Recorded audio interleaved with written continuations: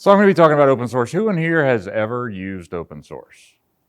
So, okay, good. 90% of the room, like I expected. Who has contributed to open source? Awesome. That's fantastic. Great. So just from the quick show of hands, that's about right for industry averages, except y'all are contributing more than the normal industry. Very few people contribute to open source. I want to change that. So I'm Chris. I'm actually living in Detroit, but I spent a lot of time here early in my civilian IT days. So that's why I'm here at DevOpsDays Raleigh. Raleigh's my second home. I have a newsletter called DevOpsish. Please subscribe. It's kind of what pays the bills right now, but also I'm doing some consulting work. So if you hear anything in this talk that you would like more help with, feel free to come up and talk to me. We can do something. So open source, it's a big topic. There's a lot of terms and key players. If you're not familiar with the terms upstream and downstream, upstream is essentially the community that you're contributing to. Downstream is a derivative work of that community, essentially. There's some key players like the Open Source Initiative, who came up with the open source definition, 10 points that says this license or this governing document is actually open source. And you'll notice Apache software, free software, Linux Foundation, they're all 501 tax entities, which is interesting. Some have been legacied in, like the Apache Foundation, they're an actual charitable organization, where others, like the Linux Foundation, are more of a trade organization. So keep in mind that the Linux Foundation and all of its some hundreds of sub-foundations are basically like small leagues of sports teams or trade organizations, for lack of a better term. So what is open source? OSS is short for open source software, in case you were wondering. You can also make up your own acronyms. I highly recommend that. It's always fun. It's really about copyright, intellectual property, and ownership. What makes, who's here heard of Kubernetes? I say that tongue in cheek. So something like Kubernetes came out of Google. We all, a lot of us have heard the story, Google's Borg spawned, and the inspiration for Kubernetes. But so many people were able to contribute to Kubernetes early on. It's because that intellectual property was held by the Cloud Native Computing Foundation, which is a sub-foundation of the Linux Foundation. It's a lot of words, but essentially that open source holding ground that is the CNCF made everyone able to contribute to the thing that Kubernetes has become and the ecosystem around it. So the OSI, Open Source Initiative, has their definition, and they also have a bunch of legal professionals and industry experts that judge, essentially, new licenses that are open, closed, something in between, like a Creative Commons license. That's not actually open source. It is some rights reserved, essentially. So if you need to talk about licenses or compliance with licenses, let me know. I'm here to help. The Open Source Program Office might also help. Your compliance people might also help. If you don't know who to talk to in your organization, we can figure that out. All right. So free software, there is a difference between free and open, at least in terminology. The Free Software Foundation was founded in 1995 for the free software movement. The main focus was to work on the GNU project. GNU is not Unix, that's what GNU stands for, with the goal of creating a complete and free software operating system. So this is free as in freedom, not as in beer. Right? Like you have some responsibility when you're drinking free beer. But the Free Software Foundation created a lot of the groundwork for what we call GPL, the General GNU Public License. That is the license that is used by countless projects, including the Linux kernel, and it essentially guarantees that the work stays open and all of its derivative works also stay open if they are out in the public. As I mentioned, there's some very, very popular software. Ansible, the VLC player, GCC, Bash, Blender, Git, they're all under the GPL. That GPL says, like, if you make anything with one of these products or projects, you must open source it with the same license. It's a very specific clause. Some people in places consider it a virus clause, as in it infects everything that comes around it. To me, that's a good thing. It allows you to, it allows the project itself to improve the more people who work on it. And it's always going to improve that way until someone says, well, we're not releasing this at all, which is fine. That's their choice. Even though this talk is all about open source, it's not about licenses. Licenses make up a lot of what open source is. As I said, it's about copyright, intellectual property, everything else. There's two kinds of open source licenses, essentially, reciprocal and permissive.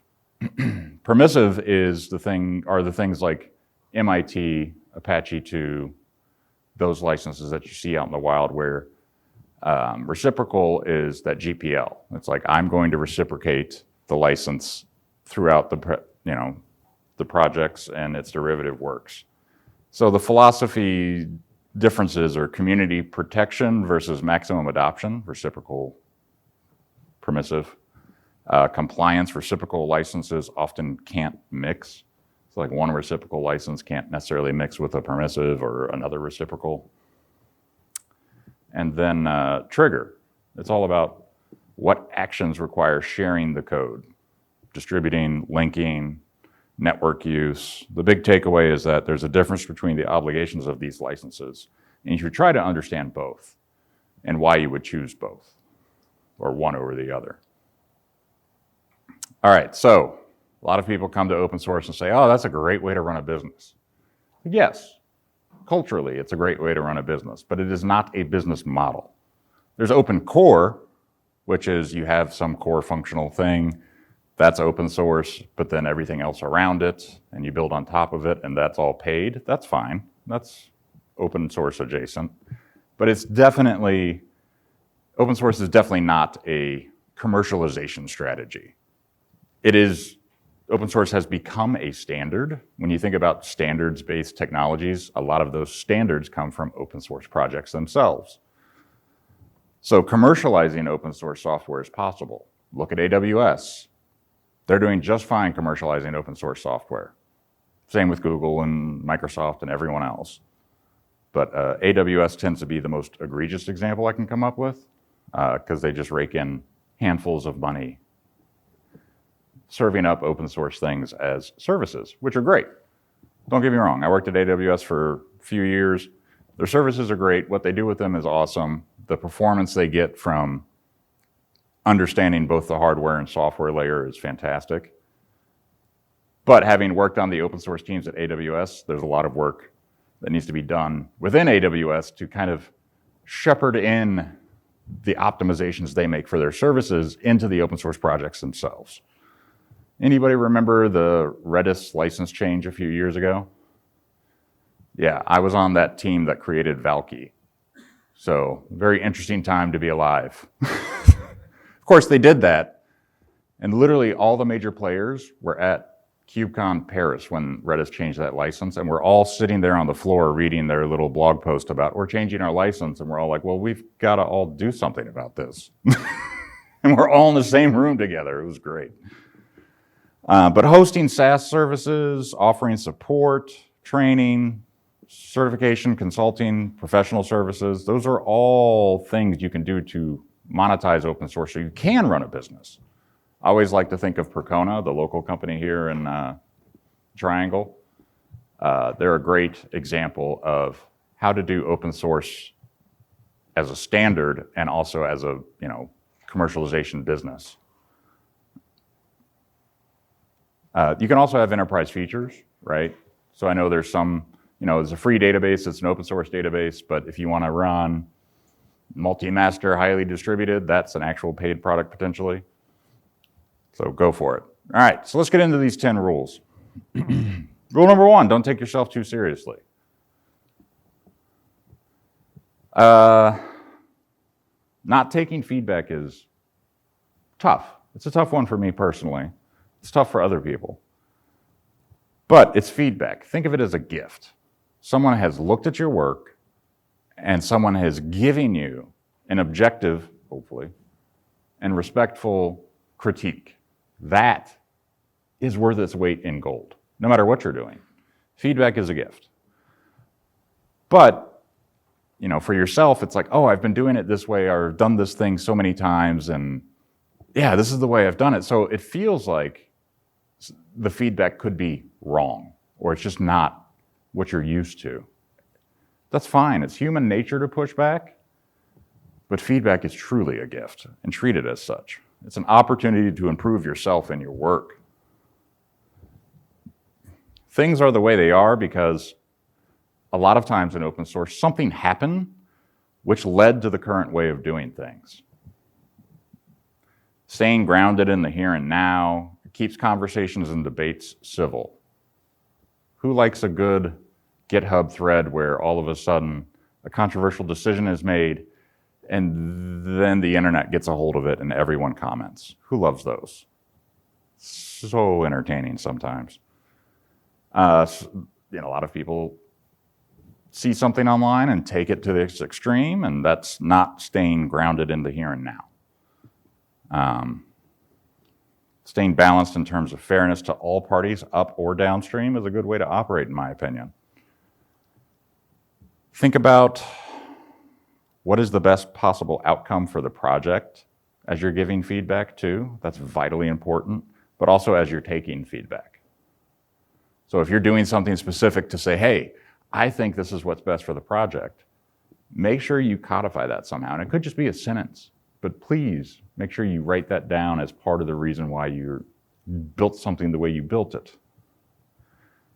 And then, we can talk about community over company or product, project over product. Those are terms that you hear. It's a mantra in many open source projects because it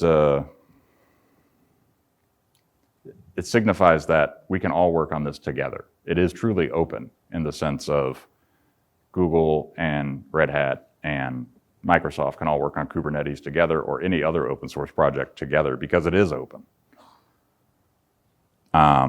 We say it so much in the Kubernetes community that it's baked into our community values, which I think is great. So yeah, I got a little open source, not horror story, but just you think about it in the context of what we just talked about, and you're like, oh, that's interesting. Who here has heard of Claire? It's a container security scanner. Came out of Red Hat. Okay, didn't figure many people would. But just assume it's an open source security scanner for containers. It's been around for a while now. While I was at Red Hat, where Claire originated, an AWS product team was using Claire in one of its services. It's where they store a lot of container images, so I'll let you guess what service that is. If you can say the acronym and actually the words behind it, let me know. So Claire made a change. They telegraphed it. They let folks know. And, what did AWS's pipeline have in there for what version of Claire they wanted to run? Anyone want to guess? Latest. So that should tell you maybe how old the story is. But yeah, if you make latest your derived version that you're going to pin yourself to, you're going to accept all changes no matter what. So when that breaking change got released and the AWS service team didn't actually update their dependencies or pin to a specific version, they also consumed that breaking change, which then broke the actual AWS service publicly for everyone using it. So that should teach you a lesson right there. You're consuming open source, but you're not participating in open source in any meaningful way. And because of that, you didn't hear about this change that was coming that would then break your service for customers. And if you know AWS people, they're very customer obsessed. It's a good thing and a bad thing, because you can sometimes take on issues on behalf of the customer. And that AWS service team did just exactly that. So Claire made the change. AWS service team consumed that change, broke their service. What happened? Well, someone from that product team called someone at the Claire team who happened to work at Red Hat at the time. Read them the riot act. How could you do this? Was said, ... Why would you make this change without telling anyone? Oh, we did. Were you on the mailing list? No, they weren't. Also, wait, you're AWS. Why are you using latest as your version? Which is really kind of comical in my opinion. This was before S-bombs and everything else, so it made sense at the time, I guess, to somebody. The appropriate thing to do in that scenario is not to call up the volunteer group that's actually creating the open source project and blame them for all your problems. The appropriate thing to do is actually be involved. And when I say involved, it doesn't have to be like hands-on, we're running the project. It could just be, we're on the mailing list. We consume the mailing list. It's sometimes enough to be involved in a project. But it's even better if you're actually contributing engineering effort to a project. That way you can be part of the decision-making process, and it enables you to proactively address upstream changes in advance of them happening. That team now does that, but that's because of this, one of these learned lessons of doing open source poorly being on display for all of AWS to see. So AWS, believe it or not, has put a lot of effort into being better at open source, but there's still that lingering billions of dollars in the bank account kind of thing going on. So I'm not here to be their champion or anything, but they're trying. They're trying very hard. So rule number 2, be humble, be open, and be honest. When it comes to open source, you need to be open to learning how to do things in a way the project needs you to. Not necessarily the way you want to, not necessarily in the way that always makes the most sense to you either. Common sense is not common, especially in open source. Sometimes things are the way they are because of reasons. Be open to change in the project. Not every project has millions of corporate dollars coming in, and lots of projects are very small teams of volunteers, and they're structured around that fact. They can only do so much sometimes. Other projects are well-supported, well-staffed, well-funded, and they can do a lot. It just depends on the project. When I say assume, what is a thing that comes to mind? The word assume makes an ass out of you and me. Yeah. Never make an assumption in open source. Always ask. Trust but verify. I think that's always a great way to move about open source. Like, I think I should do it this way, but I just want to confirm that this is the right way to do it and show people. Don't just ask up front, but actually say, hey, this is the way I think this should be done. But please give me feedback. Remember that feedback's a gift. The only one assumption that is safe to make in open source is positive intent. If someone's contributing something, chances are they're doing it for the betterment of the project. It just might not be quite the right format or style, or doesn't follow the guides in the way it needs to. So take that feedback and adapt the content, adapt the contribution. Always assume positive intent. Always be friendly. You don't know what people have been through, or if they're having a terrible time trying to make this contribution, so please be friendly. I've bumped into some open source projects where I've made a suggestion and maybe, some slight code changes, and that has been rebuffed with insults. It's like, okay, fine, you don't want my contribution, just say so. That's fine. I'm just trying to make a suggestion. So be friendly. Disagreements are normal. Passionate debate should be the expected. but it should not turn into disrespect, if that makes sense. Welcome newcomers. This is something I like to do. It's one of my favorite ways to do open source is welcoming new people into a project. They bring new life and can keep the project running smoothly. Just brought on a new tech lead in the past couple months into one of the projects I work on. An amazing adrenaline boost for that entire project. It's really great to see somebody new come in with new ideas, not because they're great ideas, but they're new, and we can then take those ideas and say, oh, well, we need to improve this part because there's a reason why we didn't want to do that, so let's make that more publicly known. It reinvigorates a team sometimes to bring in new people.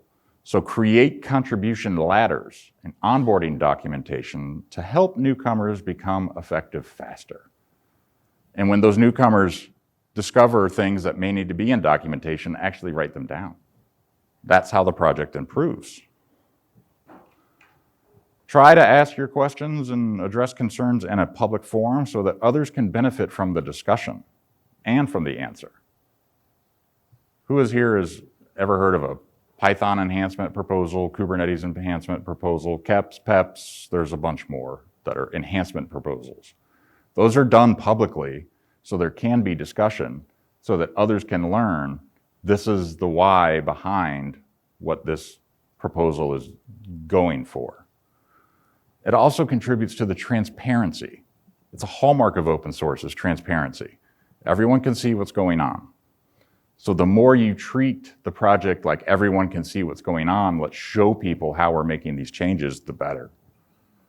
That's truly openness, is transparency and everyone can contribute to a change. If something is being kept private, aside from security and legal functions, it's worth asking why. Why can't we share that answer? Why can't we share this decision more broadly? Sometimes there's a reason, but oftentimes secrecy is just not good for open source. So make decisions out in the open, document them so others can learn from it and understand why things are the way they are. Always, always, always share what you learn with others. Having more than 2 people familiar with things prevents bottlenecks, single points of failures, and enables other contributors to actually take a vacation and not have to worry about time zone differences because work is going on the East Coast and you're in Fiji.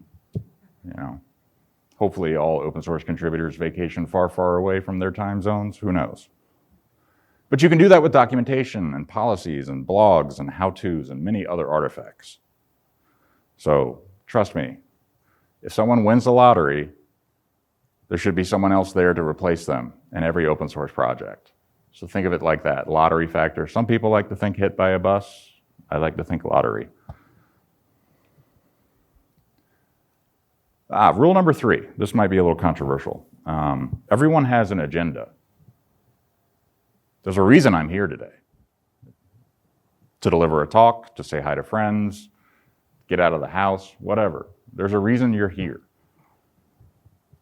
Just like there's a reason somebody contributes to open source. Who has heard of the term co-opetition before? So I've worked at a few companies. Great, awesome. I worked at a few companies that were not friends with other companies. When I worked at Red Hat, you didn't talk to people at Oracle. When I worked at AWS, you didn't talk to anybody. But when it's open source, you can talk to people, and it does move along quickly. So cooperating with each other is a great thing. Co-opetition brings opportunities to collaborate with others and other organizations on shared goals. Collaboration is key to open source. When you're doing reviews, be objective, be subjective. If you're reviewing code or a blog or whatever, you're the right person in the right place at the right time to do it. Someone's asked you to review it, you're the right person. It's your decision that matters. It's your opinion that matters. Embrace that. Don't disguise your goals or agendas. If you're there to better your career through open source contribution, tell people that, because that will help them guide you into the right direction you want to go. You can represent your org, and you can represent yourself in open source. You can do both, and you can do them independently. You can actually say, this is my opinion, not the opinion of my employer or whoever's funding my contribution to your project.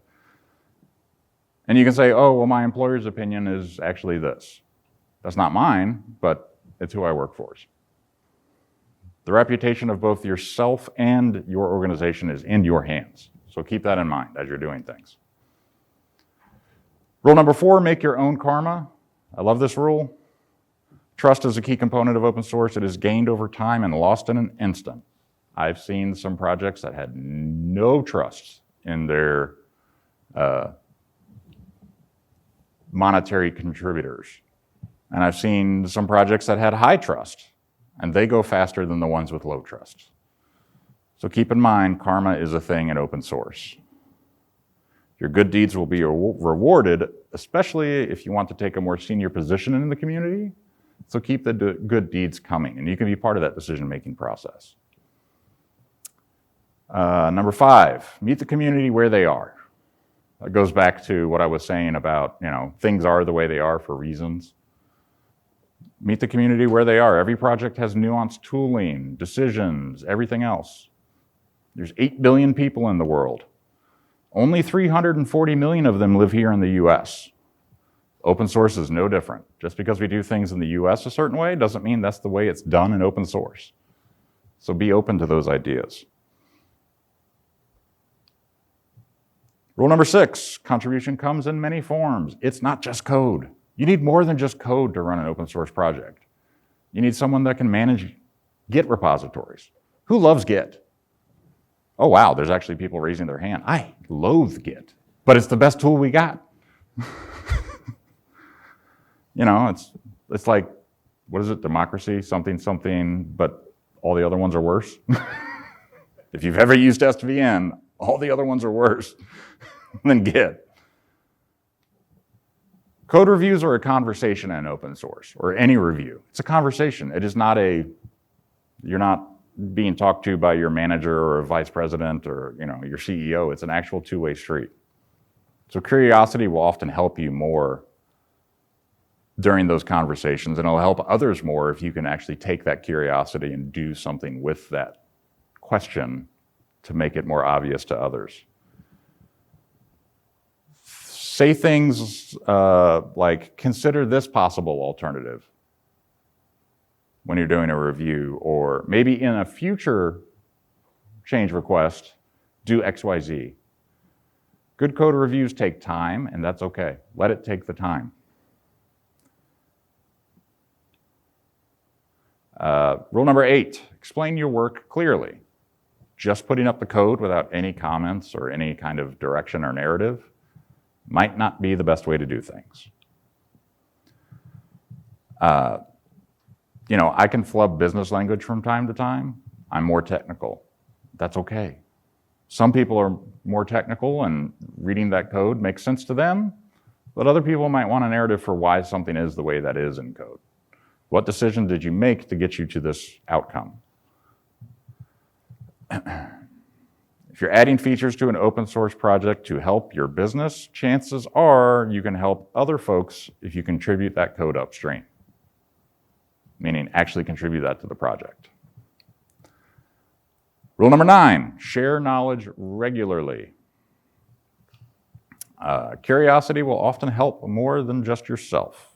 Learn why or how something was done. Feel free to ask questions, but make sure you're not making assumptions during any kind of code review or any other process in open source. Rule number 10, no separate open source teams. I've been there. I've been on the open source team, a group of people that were part of the company, but we were focused on open source. That creates a have-not kind of scenario. Why does the open source team always get to do the fun stuff and I'm just here plugging away at our proprietary business logic? Leads to an us versus them. One team solely doing all the work in open source literally puts them on an island. So don't do that to your own people, Everyone should be able to contribute to open source. Everyone. And with that, if there's questions, please let me know. If you have any, raise your hand. I'm here to answer them. And thank you.